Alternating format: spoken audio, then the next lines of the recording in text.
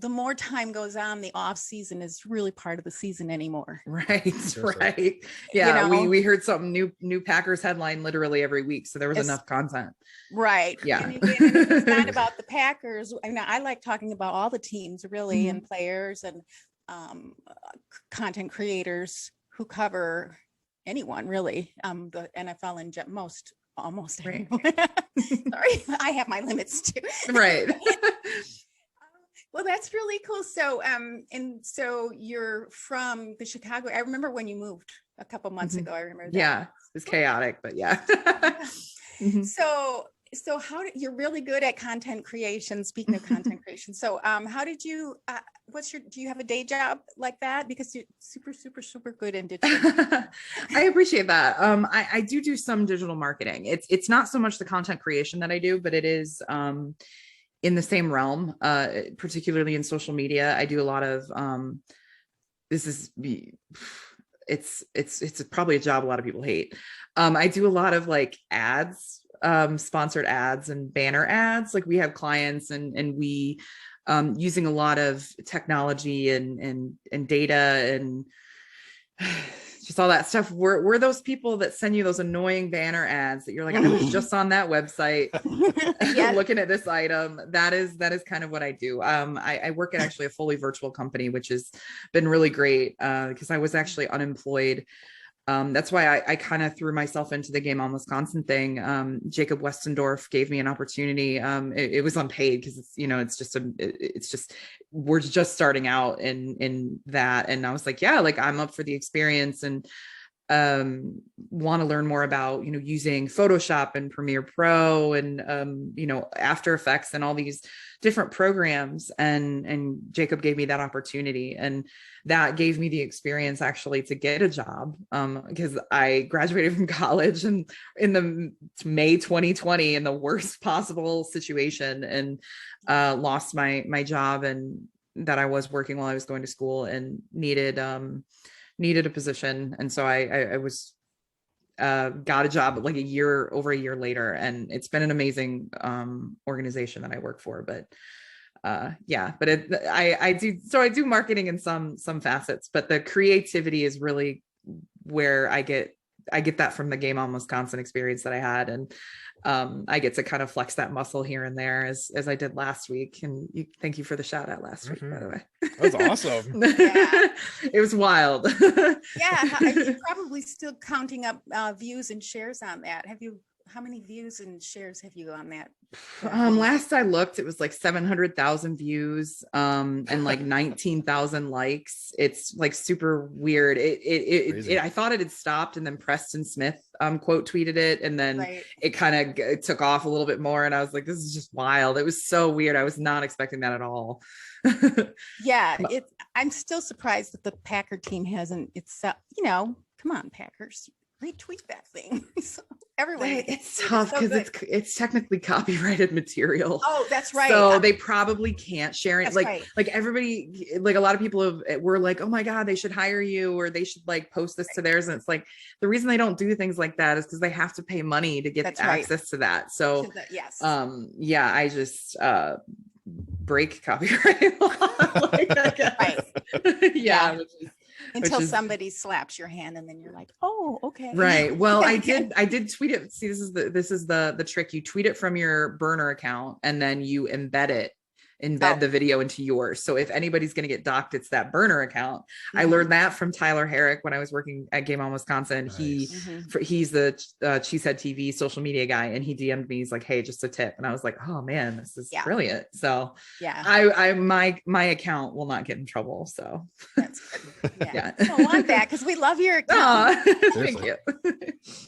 Yeah, so I'm sure everyone who's listening knows who you are, but we'll make sure that we know where everyone can follow you if they haven't already before we take off. So at this point in our show, we kind of touch base as to where we are in football season today. And of course, we're in the playoffs and the Packers had a bye and the Packers are playing the 49ers at Lambeau Field on Saturday evening. We have another morning playoff game and 2 on Sunday. Last weekend was great. 2 on Saturday, 3 on Sunday, and 1 on Monday. Although not all of the games were as close or as exciting. Great necessarily. Well, but... it's great that we had that many games, I guess. Right. I think I tweeted and I said like football's like pizza. Even when it's bad, it's good. You know, like we all watched it. Like we all watched it and sat through it. And I was like, yeah, you're right. I did. The one great thing that came of it, as far as I'm concerned, was the Bengals winning their first playoff game in 31 years or something. A lot of, as I said in the show before, I love a lot of Bengals fans living in Cincinnati, being married into a Bengals family. So it was a really exciting time for that. That was really cool. I was very happy for the Bengals. They deserved that win, and it was a really fun game to watch for sure. So how are we feeling? I usually ask Matt, but I'll ask you, are you excited or are you scared about your Packer game on Saturday? I'm excited. I just think that assuming, and this has happened before, assuming the Packers don't shoot themselves in the foot, which I try not to be a homer. I like to think that I am as far away as I can be as a Packers fan from a homer. But it seems like a lot of their losses have been them shooting themselves in the foot. It hasn't, outside of the Saints game. The Saints came out and just completely obliterated the Packers, but that was a long time ago. But outside of that, every game that they've lost or every game that's been close, it just feels like the Packers could have sealed it at some point, but then special teams does their fiasco, or the offense can't do anything in the first quarter, or they sputter in the third quarter and let teams back in. And credit to those teams, but also it's just like if the Packers just got one more first down or puts, like, instead of a field goal, scored a touchdown here, it just seems like they've shot themselves in the foot a lot. And assuming they don't completely do that, even if they do, I still think they win. But unless they don't completely fold, I don't see a way that the 49ers win this game, which is scary because I don't like being this confident, but I really am, with everybody coming back from injury and the Packers offense really starting to take off. I just don't see how the 49ers can win. Totally agree with that, especially with the 49ers versus the Cowboys. The Cowboys had a terrible game with a weird ending, and they only barely beat them. So there's just like the ghost of the 49ers, the boogeyman of the 49ers for Packers fans for a lot of good reasons, but they're not the same team they were. And I think the Packers are the best they've been in a while now. So I think we're going to win. Yeah. I think it's gonna be a good game. I think there'll be like nervous moments, I think it'll be riveting, but I think we'll pull out with a win. Agreed. I agree. I'm not scared. I usually am scared. I think I mentioned at the very beginning of this podcast, I can never tell. I feel the same whether I'm excited or scared. Sometimes it's like, what is all this feeling? Part of being a repressed person from Wisconsin. But speaking of repression, but I feel pretty good about things. And so that's reassuring that you do too. Right. And it is, I don't know. I think maybe I'm just getting the point in life where but whatever. I'm happy with our progress so far. I think we're going to do it. And, if we don't deserve it. I don't, because we are the better team and the better coach for sure. Right. 100%. Yeah.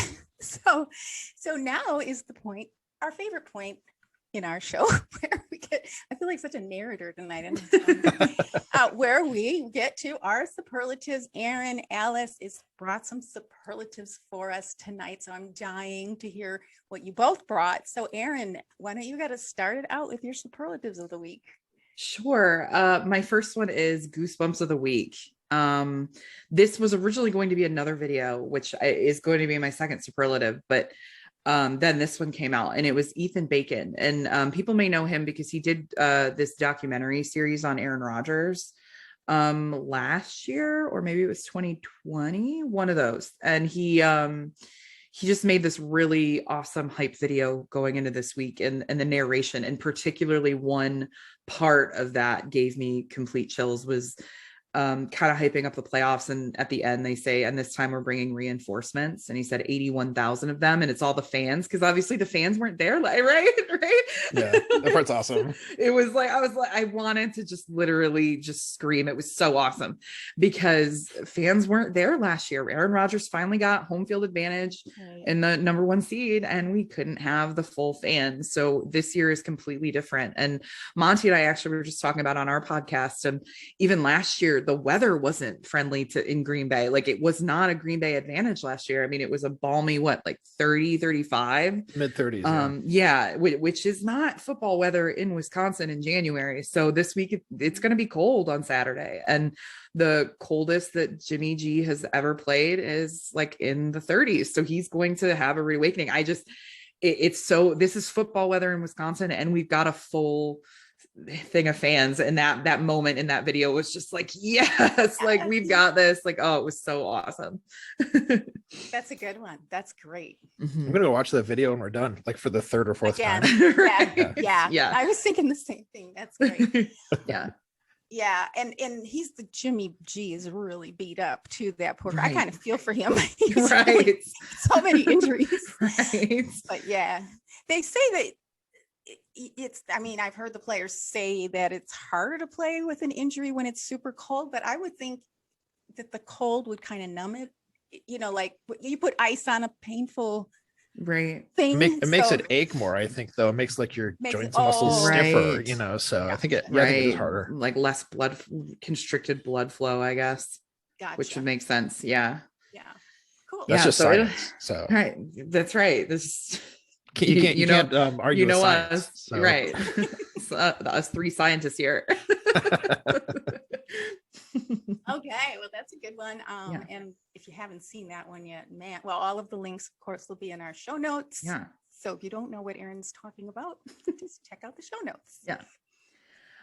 For my next one, this was going to originally be the Goosebumps of the week, but then I saw the Ethan Bacon video, but I decided to give kudos because there ended up being 2 videos this week by this person, but the most improved content creator. And that is the Packers social media team. They have really turned it around this year. It's been much more modern. I don't think it's still where it should be compared to a lot, like almost every other team around the league. They really don't have an edge, but they've really stepped it up this year. And I want to give kudos to that. Like the Office video where they used Brian Baumgartner as Kevin Malone, like in the Packer, like they had Mark Murphy in on that, and him around the stadium was hilarious. And it was great, especially because, you know, Rodgers is like friends with him.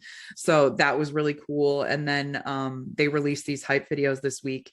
One, I can't remember what day it was, maybe Tuesday, Wednesday, of Rodgers narrating about the playoffs. And it was awesome, especially because there's just been so much drama with Rodgers in the off season that, like, seeing him be like, yeah, I'll record a video of me talking and, you know, whatnot. And then today it's Thursday, they dropped Marcedes Lewis narrating one, and you're like, oh my God, like, this is amazing. And I'm excited to see if they do any more this week, because I'm sure people would love to hear from like Randall Cobb, or they even have that amazing David Bakhtiari comeback video where he's like playing an actor kind of a thing. It was hilarious. So it's just been a really refreshing new look from their Twitter account, which was much needed. No disrespect to them, it just was a little outdated. I think it was a little more Facebook feeling, like, and it's like Twitter is much edgier, and it didn't really fit right, but they're getting there, so kudos to them.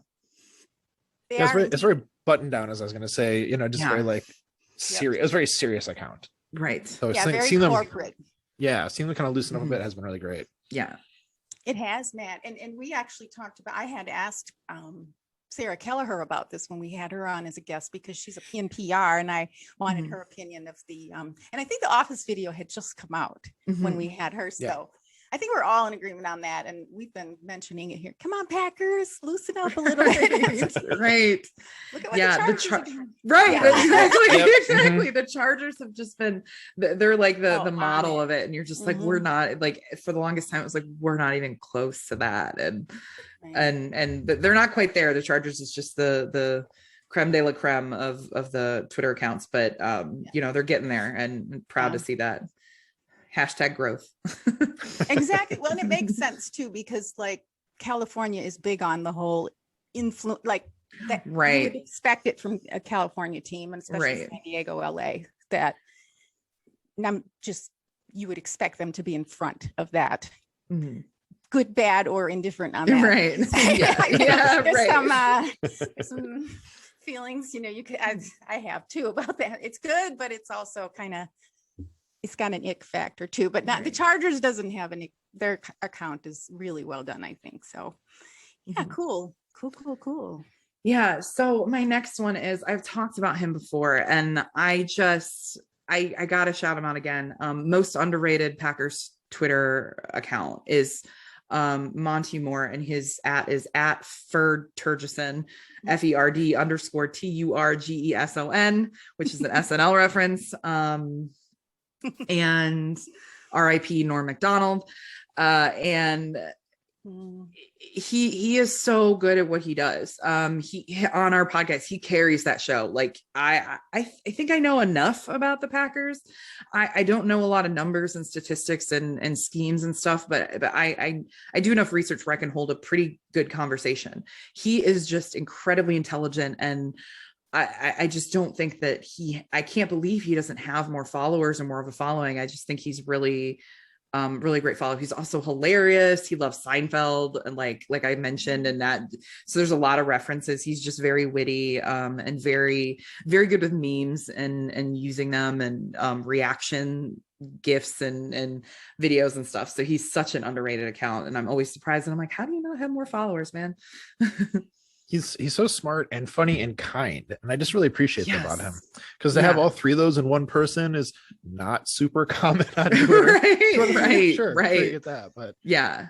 And I'll say, Erin, you know, I've been listening to Fort On since the first week that you guys did it. I've heard every episode, and I think you're being a little modest about yourself. I think you hold your own really well on that show, I must say. Oh, well, thank you. But he's just he's in the next tier with his knowledge. He's just is really, really awesome. But thank you. I appreciate that. Yes. I love the show that I do with him. I think we have great chemistry, and like I said earlier, it's just like hanging out with like my brother or a buddy or something. He's just really easy to talk to, really, really good guy. Which, like you said, it's hard to find everybody that kind of ticks those boxes. Yeah, and that you have you know, a rapport with, or energy with the that you can build a relationship, right? With, banter and do whatever. Man, I just sort of jumped in and we just figured we'd see how it worked, you know. I think we kind of have the same attitude about that. It's like, don't get too stressed out about anything, and just I mean, our thing is not in a completely different category, but you got to find the right person to have the right energy with, I think. Right. Especially for podcasts, because you're just hearing our voices, and right. And he has just a great energy in general. Like, I think he's one of those people that could get along with anybody and makes everybody feel good about themselves, which is just a good, genuine person. So I definitely get that vibe. A comparison of a type of human being is Wendy Hansen. Oh, I love her. Oh my goodness. She's right. Like, I feel like she's like super genuine, sweet, just a really great person. And that's just how I feel about Monty too. So I just definitely think he deserves more attention on Packers Twitter. Here. Totally agree. Man, good comp with Wendy. Yeah. She's wonderful. Yes. All right. So should we transition to my superlatives then? Let's do it. What do you have for us? All right. Well,